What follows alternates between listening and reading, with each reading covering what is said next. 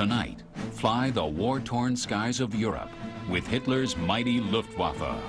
Cloaked in secrecy, Heinkel's He-111 began its career as a fast and sleek civilian airliner.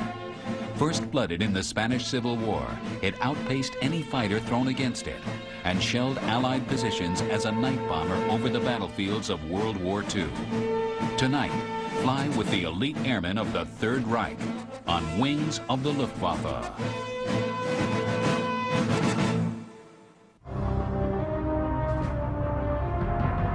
If any single aircraft ever represented Germany's incredible bomber might during the Second World War, that status must surely belong to the Luftwaffe's Heinkel 111. Conceived in secrecy, but later produced in thousands, this streamlined design was to soldier on to the very end of the war. It was the definitive medium bomber of its decade.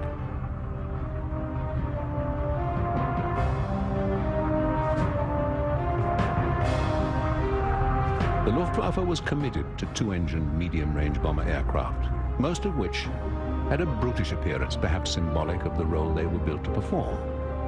Functional, robust, and deadly. They were in stark contrast to the 111's sleek, almost aesthetic shape.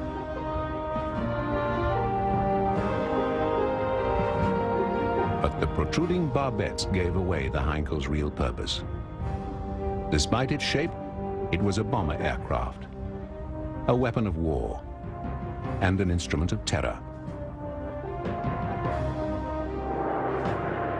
The 111's most striking feature was its streamlined glasshouse nose, which offered excellent vision, although it was somewhat offset to allow the bomb aimer a clearer field of vision to perform his lethal role in selecting the targets.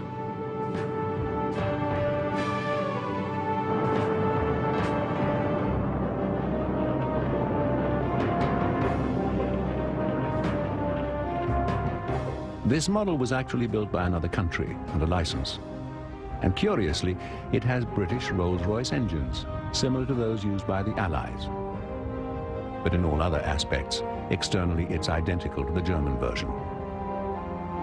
The 111 had a fuselage with a large center section, reflecting its original role, that of a high-speed transport. Nevertheless, a wolf in sheep's clothing.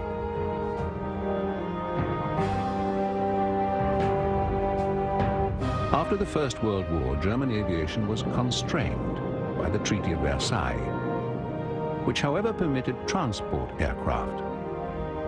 Manufacturing energies were concentrated on producing reliable and efficient transport types, which offered no military threat to the Allies.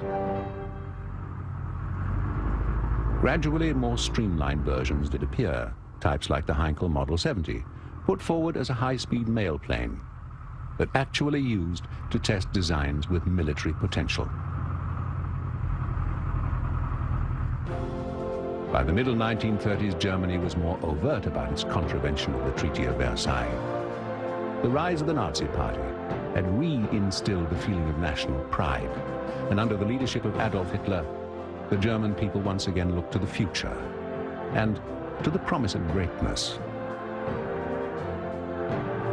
Hitler had seized power in 1933, and it took him a few short years to establish men like Hermann Göring and Erhard Milch in key positions controlling the Air Force, and more important, aircraft production. During Hitler's years of exile, he'd written his book Mein Kampf, in which he clearly stated that the room Germany needed to expand lay to the east. There is no doubt that his ultimate objective is Russia. But he needed time to build up his forces and to consolidate his position within the country. To this end, several enormous rallies were convened, rallies of almost unimaginable proportions. But all the showmanship was for one purpose: to impress. And whilst the world looked on in wonder, Hitler's planners prepared for the next war, a war that they knew would be heavily influenced by the lessons of the Great War, where the tank, the submarine, and most of all the aircraft had each made its devastating debut. By 1934, German designers were receiving instructions to develop aircraft with bomber potential. Still under a shroud of secrecy, Heinkel, using lessons gained on the Model 70, offered the model He-111 as a high-speed transport that could be readily modified into an advanced bomber.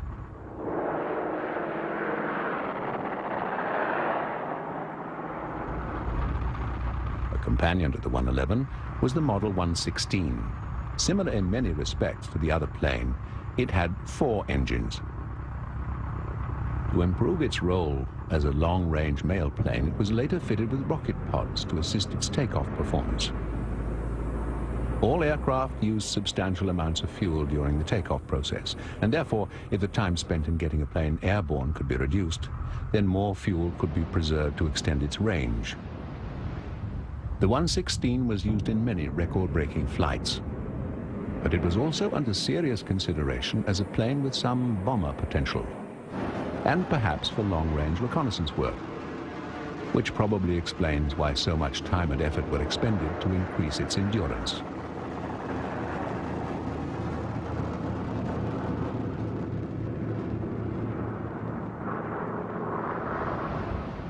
But sometimes the modifications failed and caused disaster.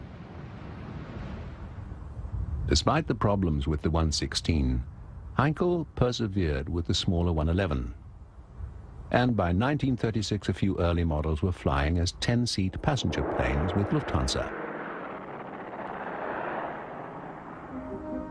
But it wasn't the civil application that really interested the Luftwaffe. Rather, it was the 111 bomber version which had been built into the original design work.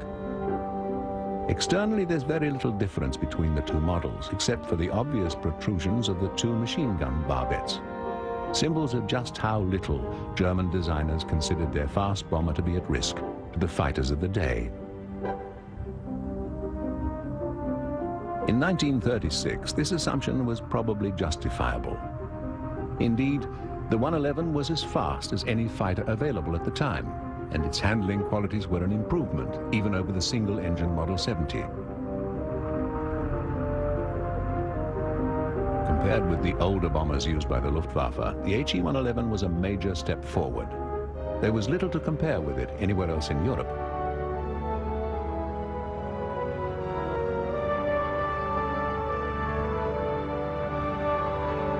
In fact, the closest competitor was another German design, the Dornier Do-17, which was another efficient aircraft in the medium bomber class, although it utilized a totally different approach in layout. Curiously, the Do-17 had also been designed originally as a commercial aircraft, actually as a replacement for the Heinkel 70, which so heavily influenced the 111. It too was intended to be a high-speed mail plane, although there would have been provision to carry up to 6 passengers.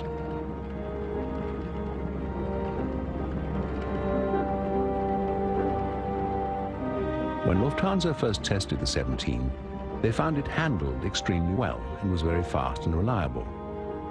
But despite this, they declined the aircraft simply because the passenger access door was too small for comfortable use.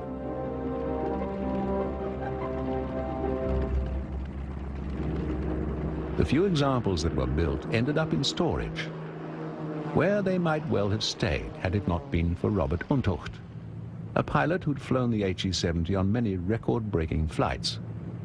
Untucht later became involved in the Luftwaffe procurement program. When he came across the stored 17s almost by accident, it took him only 1 test flight to realize the aircraft's bomber potential. And soon the model was being redeveloped for military use. Before long, over 1,700 of these aircraft were ordered into production.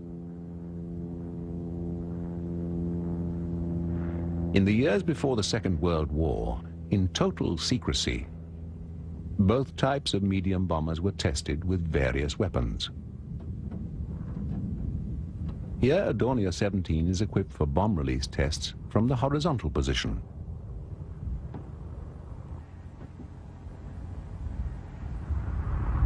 This is a very early Model 17. Its only form of defense is the single gun position placed high on the fuselage. It also has civilian markings, suggesting that it still belongs to the manufacturer. although the tests would have been carried out under military supervision and with the strictest security. This remarkable film, shot in slow motion, gives some idea of the results achieved in low-level horizontal bombing, where the weapon is virtually tossed forward at its target. But in actual operation, the high-level drop, although less accurate, proved more practical, because it didn't expose the aircraft to ground fire. And in the war years to come, concentrated ground fire would prove devastating to low-level bomber attacks.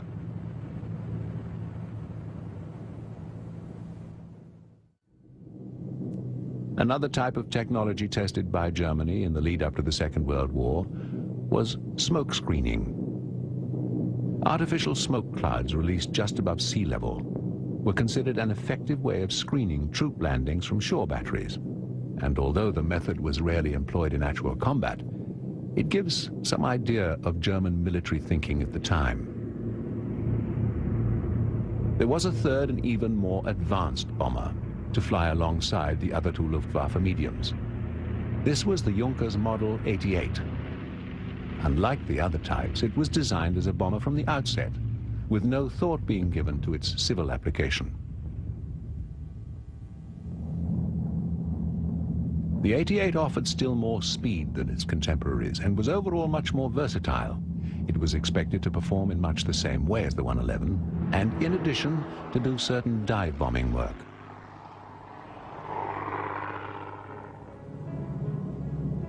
Much of the Heinkel 111 construction was achieved in a showcase factory estate just outside Berlin.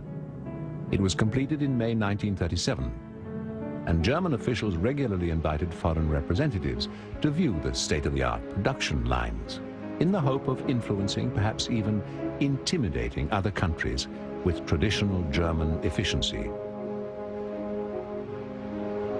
To some extent, these publicity stunts worked. Germany's neighbor France was particularly concerned by what its military officials were shown.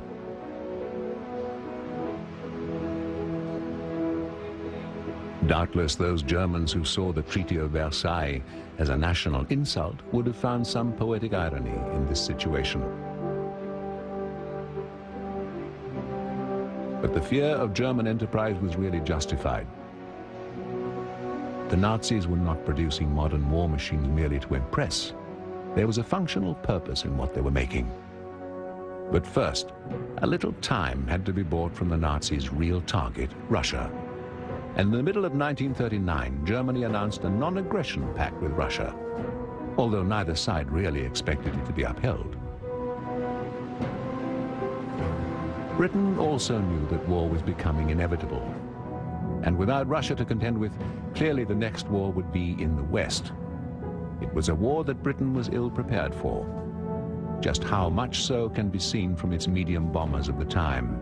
Aircraft like the Whitley and the Hampton would prove quite outclassed by types like the Heinkel 111 and Germany's other medium bombers of the time. Clearly, Britain's military planners had not recognized the trends inside Germany. Even Britain's later designs, like the Bristol Beaufort, left much to be desired, certainly in the conventional medium bomber role. These aircraft were used in the main as maritime and torpedo bombers, where they worked far out at sea attacking enemy shipping.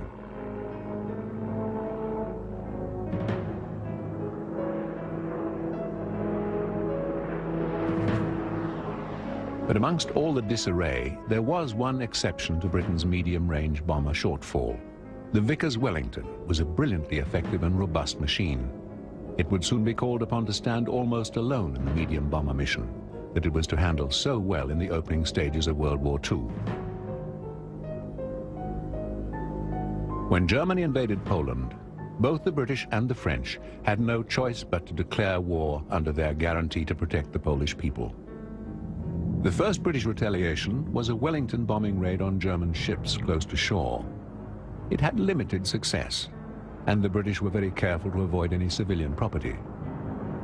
But it was the first show of strength that the Nazis had had to encounter.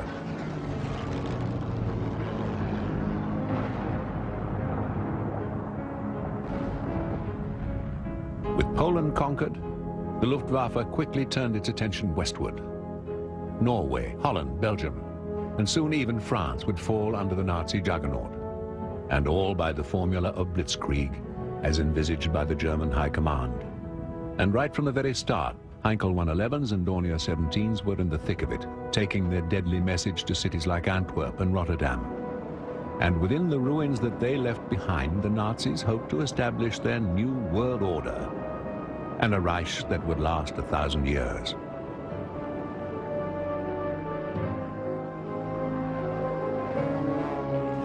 But first, they had a small island to subdue. Surely the British would fall, or at least be prepared to treat, and allow the Nazis to pursue their real objective in the east. From 1940 onwards, hundreds of German medium bombers would overfly their targets in the British Isles, expecting the same success that they'd learned to enjoy elsewhere. Confidence must have abounded as the first Luftwaffe bomber fleet started on their way across the English Channel to destroy the Royal Air Force airfields and the aircraft they supported.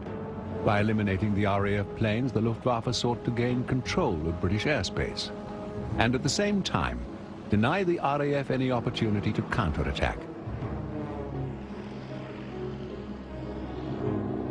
However, this time things would be a little different for the German aerial armada.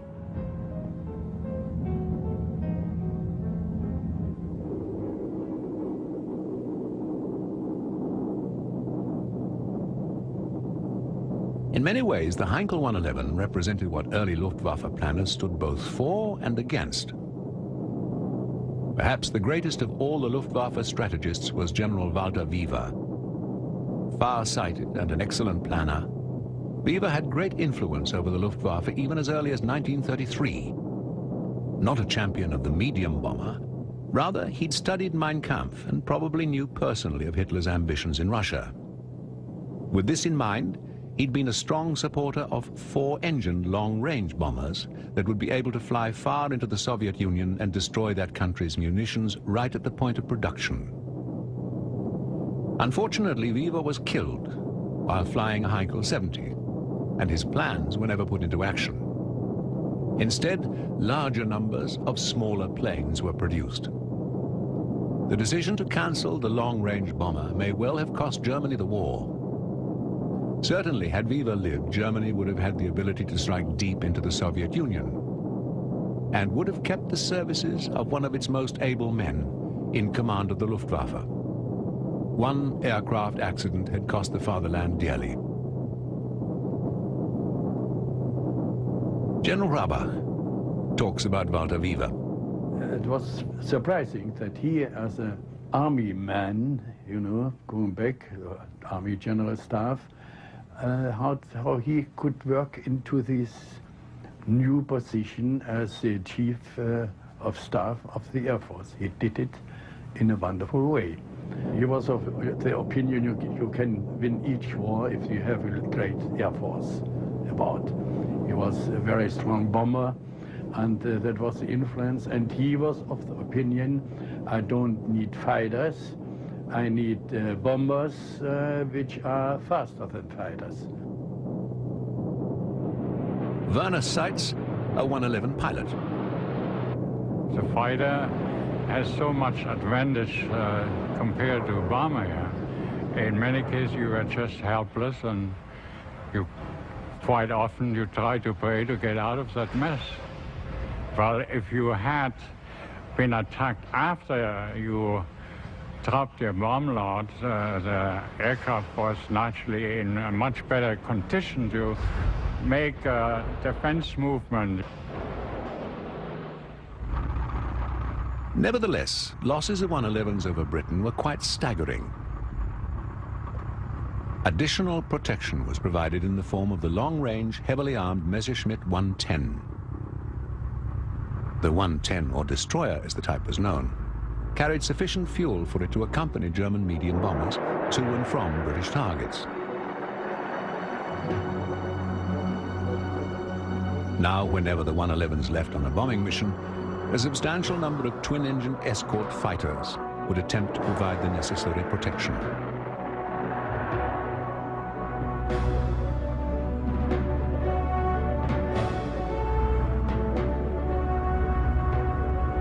Goering himself had championed the long-range escort concept and expected dramatic improvements when they went into service. But unfortunately for the Luftwaffe, although the 110 had the speed, range and firepower required, compared with the British fighters, it was not maneuverable. And soon as many German escorts were being shot down as the bombers they were sent to protect.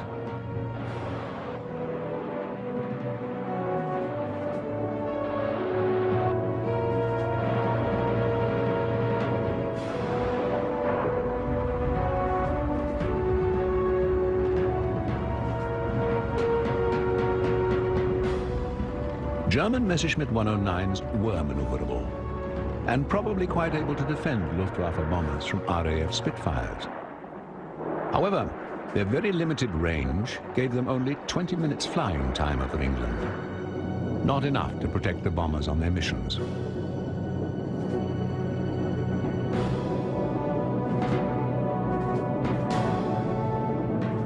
In the summer of 1940, Spitfires, Hurricanes, Messerschmitts and Heinkels laced the English sky as the Battle of Britain was carved into the history books.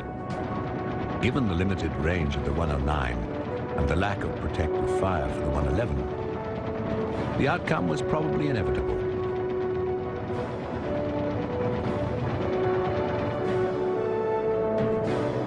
Hundreds of German planes were shot down, and many more simply ran out of fuel and crashed into the sea.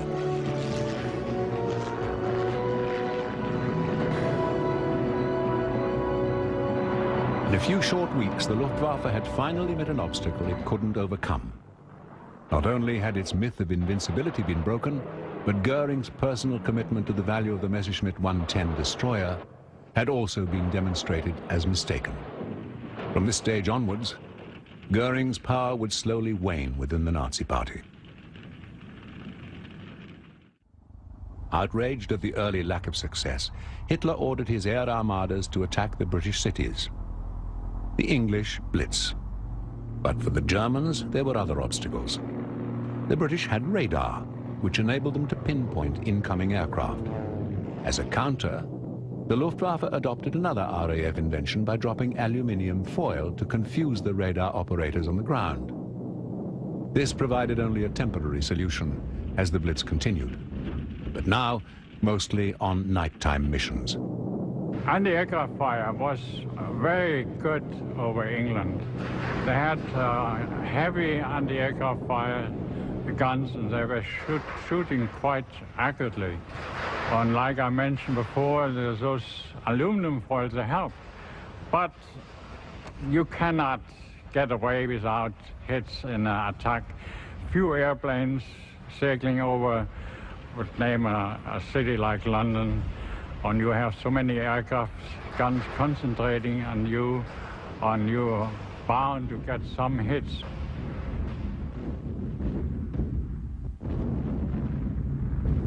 Certainly, bomber missions appear to have reduced losses when they operated under the cover of darkness.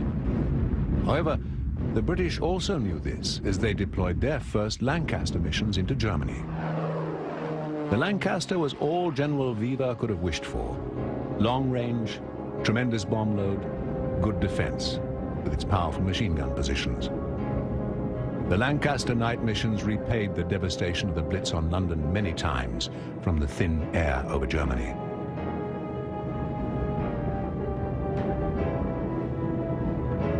But whether with 2 or 4 engines, the crews of both air forces had the same problems to contend with: flak, night fighters, mechanical problems, and something common to all men: fear.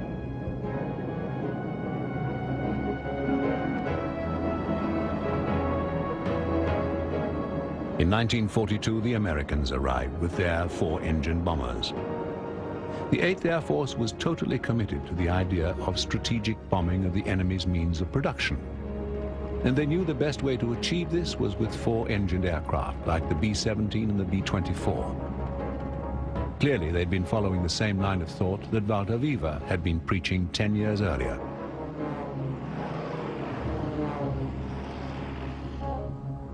Even the Russians had a 4-engined long-range bomber, This was the DB-7, an enormous aircraft with a 120-foot wingspan. It was probably capable of performance similar to the Lancaster and came from a long line of Russian heavy bombers. Although surprisingly it saw little action, it did demonstrate that the Russians perceived the importance of having large aircraft in their armory.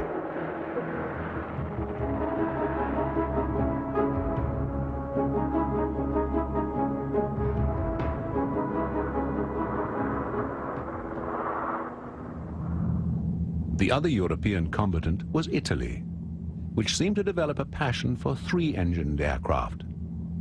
They used a trimotor concept in their bombers, transports, and seaplanes.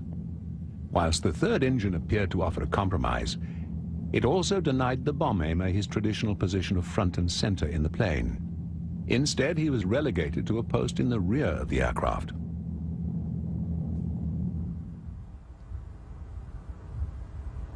The Italians carried out night bombing missions similar to the British and the Germans, attacking targets all around the Mediterranean region. But what is less well known is that the Italians also saw the need for large four-engined long-range strategic bombers, and given their limited resources, did very well in producing the Piaggio P-108, an aircraft which earned an enviable reputation for its reliability.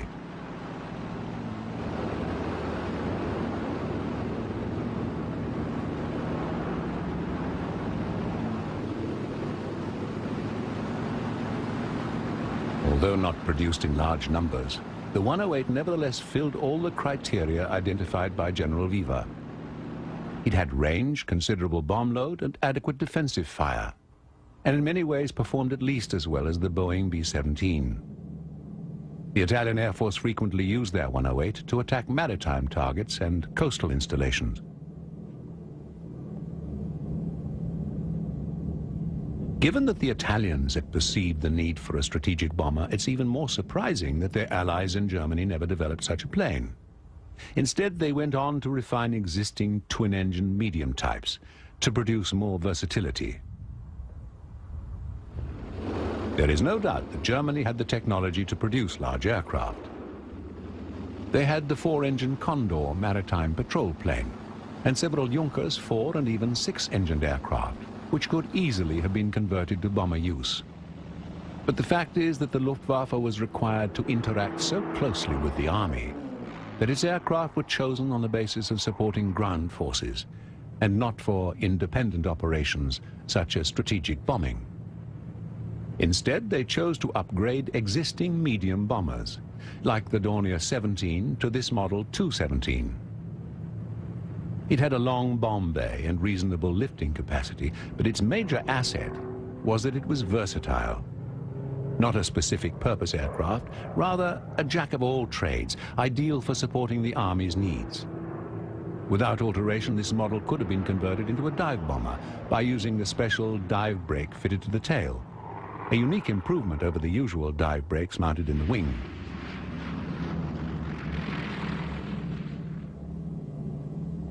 Apart from being a level bomber and a dive bomber, the 217 also served as a night fighter, used against British Lancasters with considerable success.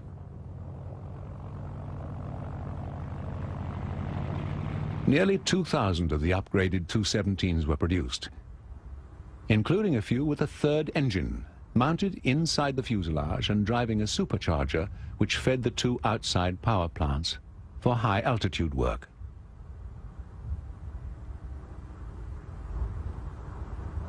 Even the later Ju-88 was to be upgraded in several stages.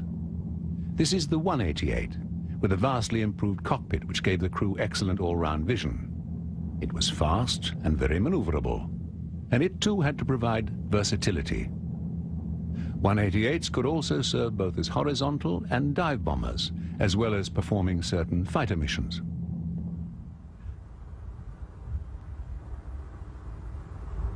On the other hand, the venerable He-111 had to soldier on without any major modifications. Much the same basic shape that Lufthansa had once used as an airliner, trundling off over grass runways, fulfilling its mission as a medium bomber. But there were some attempts made to increase its efficiency. As in the case of the Heinkel 116, tests had been carried out to reduce the takeoff time and increase the range of the 111 by using rocket assistance to get the aircraft into the air.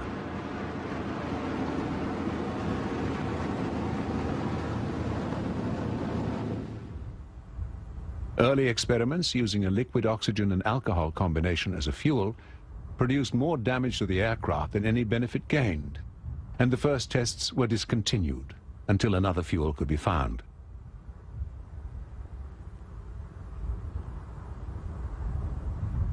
A much more satisfactory fuel came in the form of a combination of hydrogen peroxide and methyl alcohol, much like that which powered the famous German rocket planes. German engineers developed special rocket pods which could be quickly fixed to the underside of a standard Heinkel 111 just before takeoff.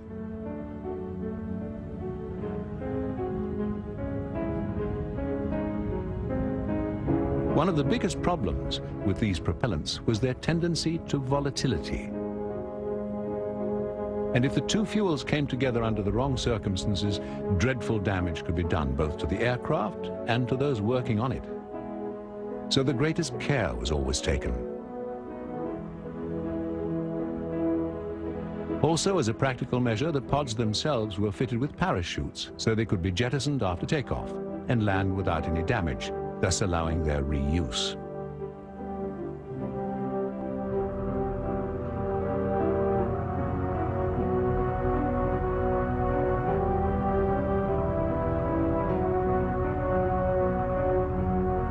As the piston engines revved up and the aircraft started to get underway, the pilot would ignite his extra source of power, and the 111 would virtually surge down the runway under the impact of so much additional thrust.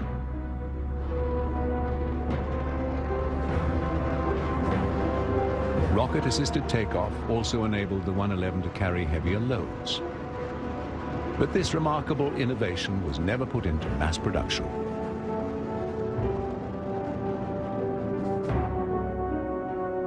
Another demonstration of the 111's versatility was its use as a guided missile launcher. This new technology of death also entailed the use of rocket power in one of the many designs produced by the Henschel Company. This is the model HS-293, a radio-controlled short-range anti-shipping missile powered by a combination of hydrogen peroxide and sodium permanganate, which would come together to produce a thrust of over 1,200 pounds. Although the burn only lasted about 10 seconds, it was enough to make the missile 120 miles an hour faster than the aircraft that dropped it.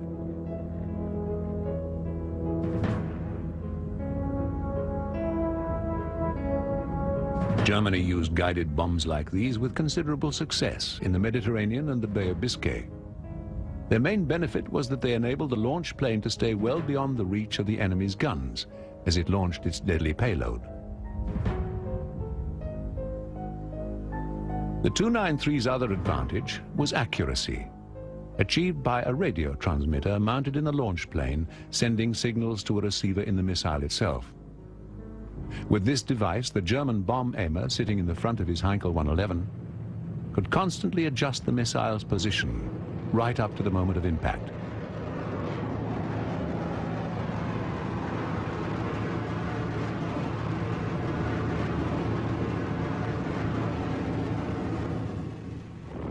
The 111 was also heavily involved in another type of missile project.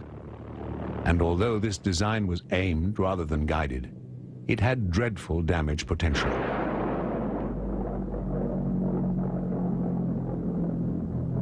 The V-1, although usually fired from a ramp, could also be launched from specially equipped Heinkel 111s. And although sometimes dismissed as less than really effective, the V-1 was an appalling threat to the British population. General Eisenhower was said to consider it a major threat to the Normandy landings.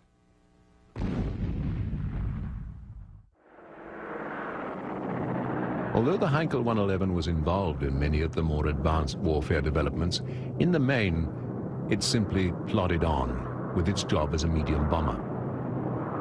111s flew in every single theater in which the Luftwaffe operated, including the one Hitler so clearly identified in Mein Kampf, Russia.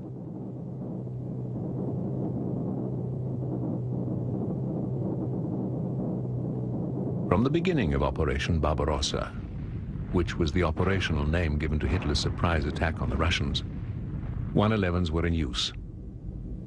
And throughout that dreadful campaign, fought in the worst of all conditions, this 1934 design continued to try to penetrate as far into Russia as possible. But its problem was range. After the initial attack, the Russians, in a superhuman effort, simply dismantled their factories and moved them east to the Ural Mountains.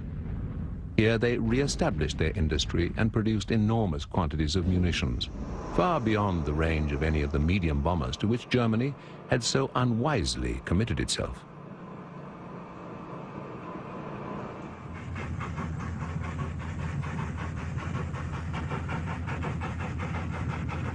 Had Weber's original request for long-range bombers not been cancelled, then the Luftwaffe would almost certainly have had an aircraft similar to the Lancaster or the Fortress, with which it could have chased the Russians all the way into the Urals and denied them the weapons of war, later to be used so successfully against the fatherland.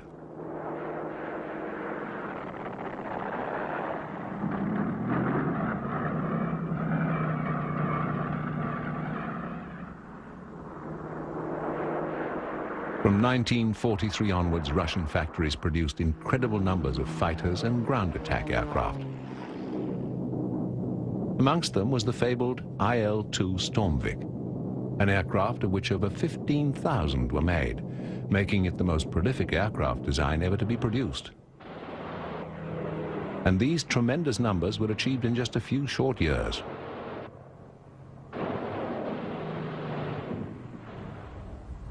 By 1945, the die was cast. Germany's fate was sealed.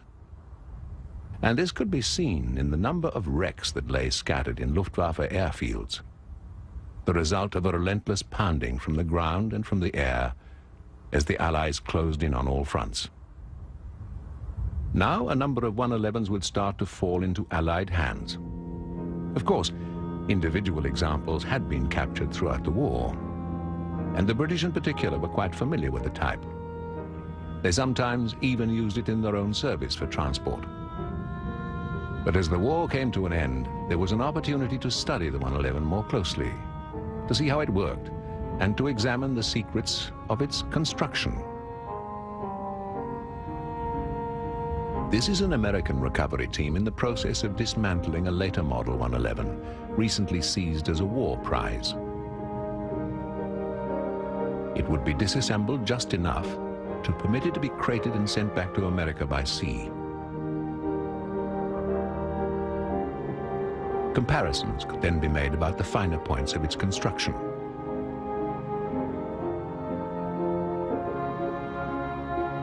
Even though in many ways it was an obsolete bomber long before the war was over, the Luftwaffe had demonstrated that the 111 had many worthy points that the American Air Force was keen to analyze at its research headquarters in Ohio.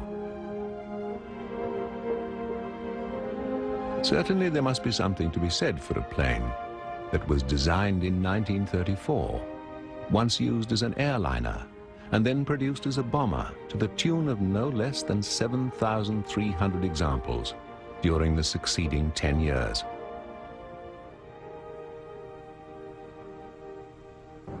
But one of the arguments against producing the 4-engine Ural bomber had been simply that every example of such a strategic weapon would have cost the Germans the equivalent of 2.5 111s in terms of raw material and manpower.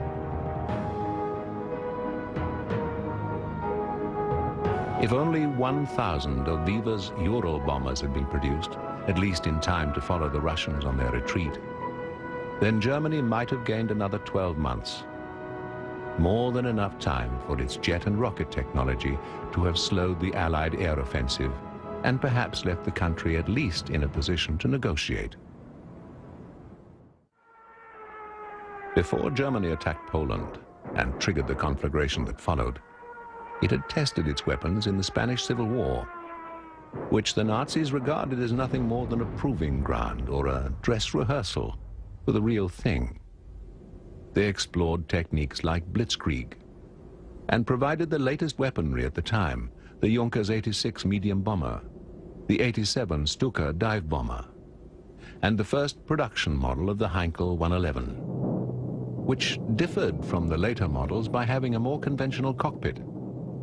These aircraft were then the high point of German war technology and contributed greatly to Hitler's long-term plans at appalling cost to the Spanish people. The irony is that the sole surviving airworthy 111 was produced in Spain, although by this time Hitler, Goering and Weber were long dead.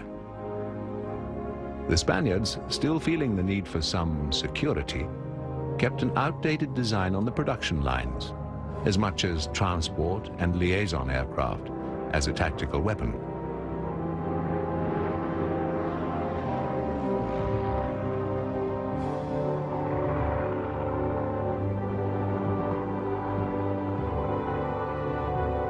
This particular example is even more special because it was the personal transport of General Franco, the fascist ruler, who had accepted so much German assistance.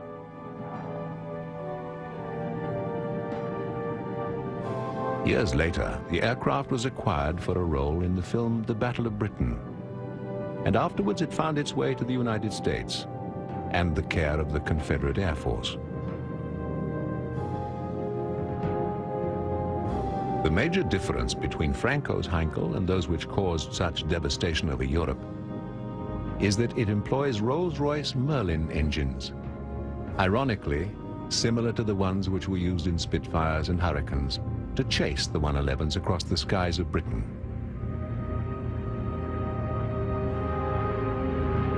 Spitfires were also used by the Russians, and the Merlin engines were fitted to later Mustangs, another aircraft which the 111 had to contend with in its long career.